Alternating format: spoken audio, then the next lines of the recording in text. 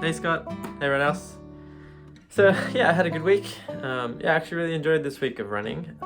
So I did 30 kilometers, which is up again from last week's 24.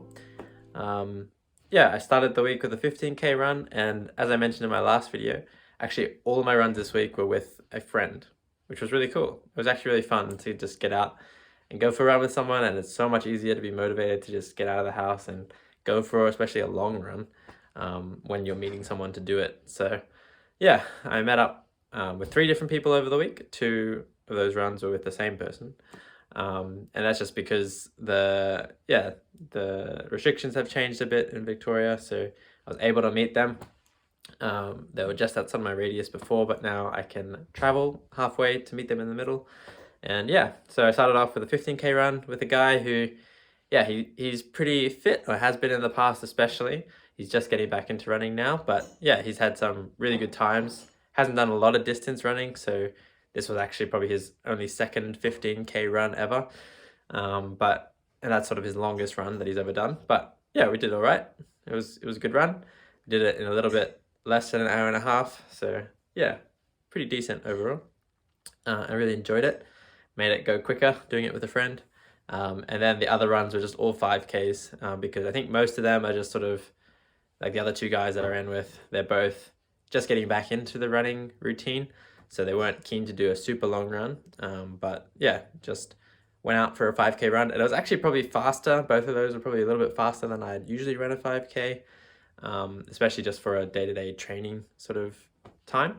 And yeah, I think that's actually interesting. Like when you're first getting into running, you always want to be running fast because you feel like that's going to help you improve the best. But I actually had a conversation with one of them about how, varying your runs with intensity, like running a bit slower here, running a bit faster only on specific runs is a lot better for your long-term training. It also just helps you to hone in like when you're going for a slower run, you're hopefully doing that for a longer period of time, and that really develops your cardio system, your aerobic engine, so that you can keep your heart rate low for a very long period of time and build your endurance that way. But then also having those really fast runs that are way faster than what you're comfortable with, just like interval sort of things,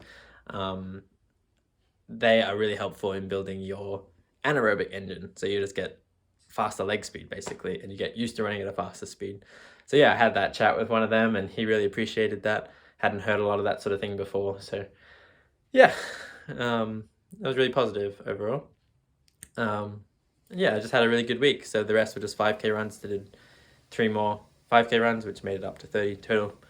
And yeah, I've talked to them a couple of times as well. Like a couple of them are keen to do multiple like runs in the future, do it again future weeks. So I might try and catch up with 1 or 2 of them next week. We'll see how it goes.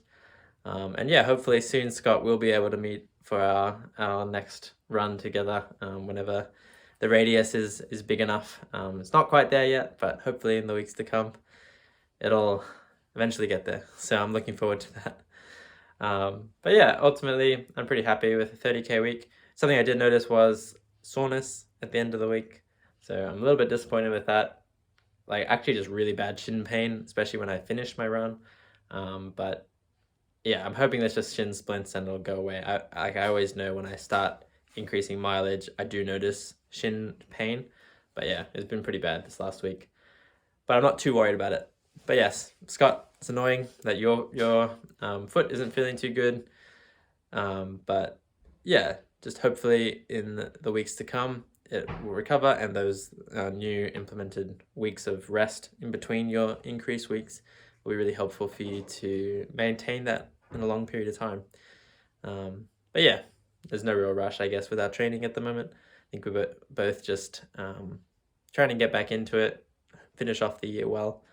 And yeah, if a marathon happens by the end of the year, I'm hoping to be ready for it, that I could actually get out and do it in a reasonable time and not feel like I'm going to die. But that's pretty much my only goal, to be honest.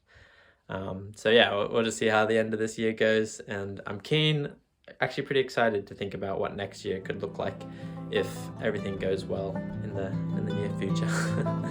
But yeah, anyway, thanks for catching up and joining me in this video.